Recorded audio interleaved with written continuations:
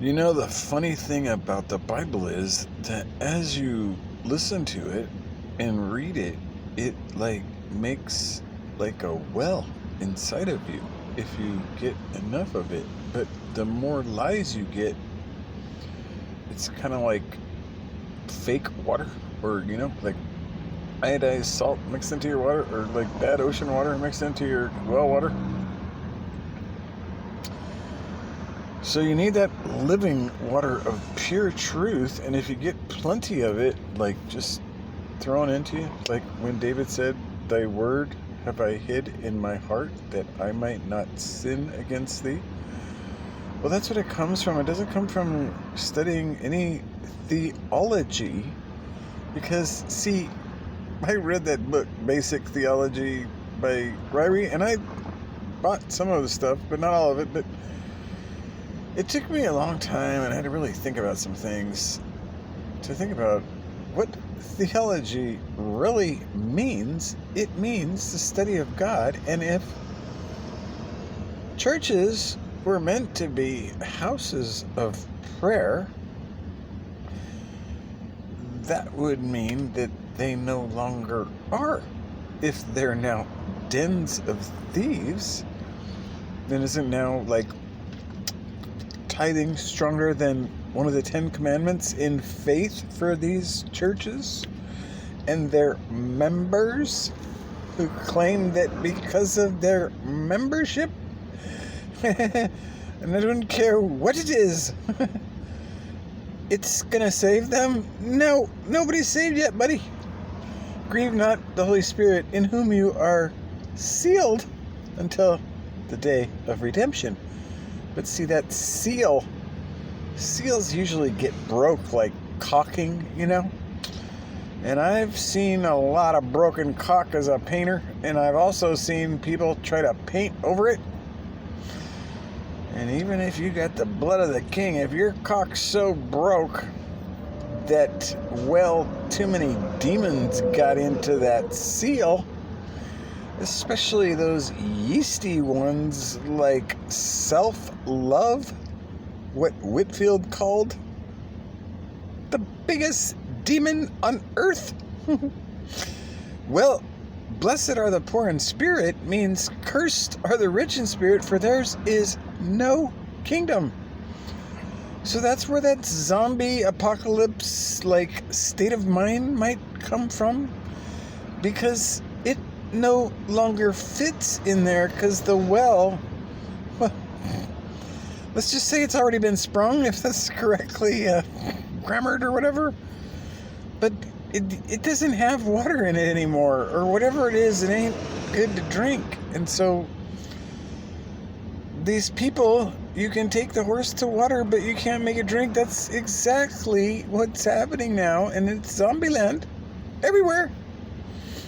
Whether it's the mummy look or just the spiritual zombie land that is in total denial of a king or any kingdom to come, or any karma idea that the Indians might be more right than any Christian church in America.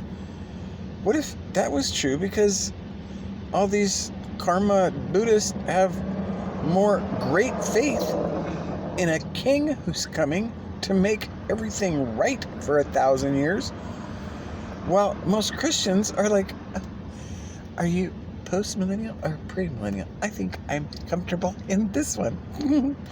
Okay, you can get comfortable in whatever you want, but all these stupid theologies, if more people knew that millennial means mil año, and most people believe that after 6,000 years, there will be a mil año reign.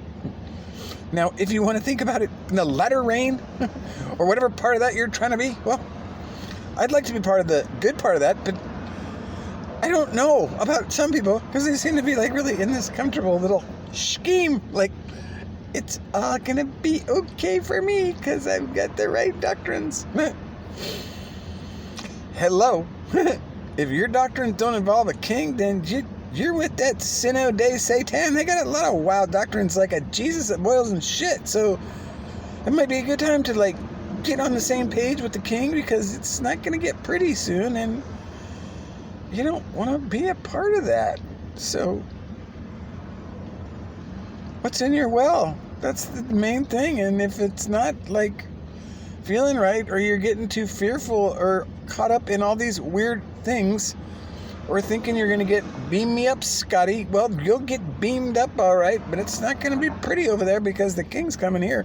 Ain't no bingo, no heaven over there. That ain't going to exist.